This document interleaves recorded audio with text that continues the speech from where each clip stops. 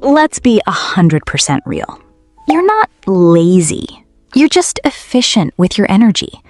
You hate the idea of sitting at a desk for 6 hours because, frankly, that sounds like a form of psychological torture.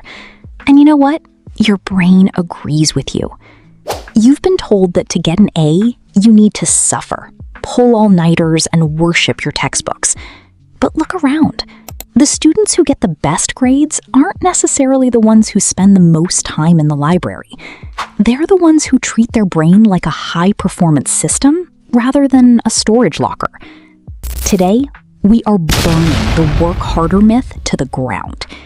If you're someone who would rather spend 30 minutes hacking a system than 5 hours brute forcing a textbook, this video is your new Bible. We are going to cover the absolute bare minimum you need to do to secure an A, and why doing less is actually the secret to doing better. We're talking about energy conservation, biological hacking, and the lazy to legend protocol. If you're ready to stop drowning in guilt and start actually winning, let's go. Phase 1. The biology of lazy. Knowing your engine. Most students fail before they even open a book because they're fighting their own biology. Let's talk about your engine. Everyone has a specific window where their cognitive function is at its peak. Are you a night owl who tries to force yourself to study at 7 a.m.? That's like trying to run a diesel engine on jet fuel. You're just gonna break down. You need to perform an energy audit. Pay attention to when you feel naturally alert versus when you feel like a zombie. If you're a night owl, lean into it. But there's also the issue of zero inertia. The hardest part of any task is starting.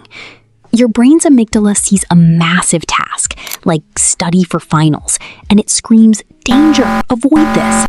So you procrastinate to protect yourself. The fix? The 5-minute rule.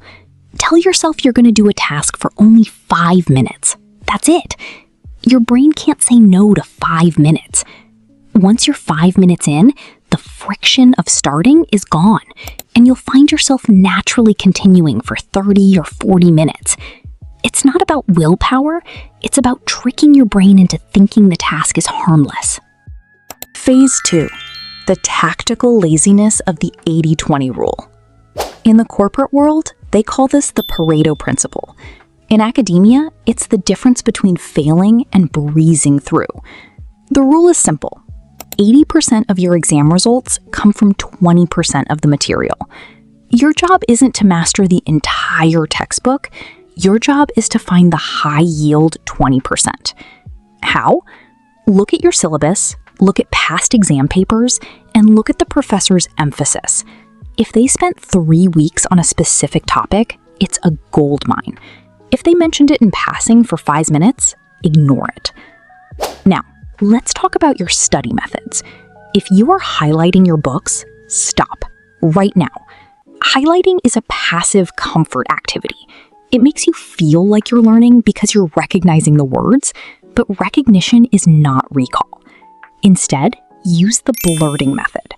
Read a section, close the book, and then blurt out everything you remember onto a blank sheet of paper. Don't worry about grammar or neatness, just dump the information. When you're done, open the book and use a different colored pen to fill in the gaps. The struggle you feel while trying to remember is where the learning actually happens. If you're not struggling, you're not studying. Phase 3. Hacking your dopamine environment. You are constantly fighting a war against your own phone. Every notification is a dopamine hit that pulls you away from the hard task of studying. To be a successful, lazy student, you must create an environment where the path of least resistance is studying, not scrolling. This means removing friction from your study space and adding it to your distraction space. If you want to study, have your books open and ready before you even go to the bathroom. Make it so that when you sit down, you don't have to look for a pen or a charger. Conversely, if you want to stop scrolling, put your phone in another room. Not face down, not silent, in another room. If you can see it, your brain is using precious processing power just trying to resist it. Also, respect the attention cycle. Humans weren't designed to focus for 4 hours. We're designed for 50-minute sprints. Do 50 minutes of intense work, then take a 10-minute break. But here's the catch. The 10-minute break cannot be on your phone. If you spend your break on TikTok, you're just overloading your brain. Walk around, get a glass of water, or stare at a wall. Let your brain actually reset so it's hungry for the next 50-minute sprint. Phase 4, the night before and exam protocol. A lot of lazy students are actually just exhausted students. The all-nighter is the biggest scam in education. Sleep is when your brain moves information from your short-term buffer into long-term storage.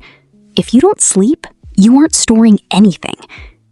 The sleep study sandwich is the ultimate lazy hack. Review your most difficult material for 30 minutes right before you go to sleep, and review it again for 30 minutes right after you wake up. Your brain processes that information while you're in REM sleep. It's like uploading a file overnight. You wake up and it's already there. And for the test anxiety, do a brain dump. 5 minutes before the exam, write down every formula, definition, or worry that's in your head on a piece of paper. Get it out of your brain so your prefrontal cortex has the space to actually solve the problems. Lastly, consistency beats intensity. At the end of the day, being a lazy student isn't about doing nothing. It's about doing the right things so that you have time for everything else.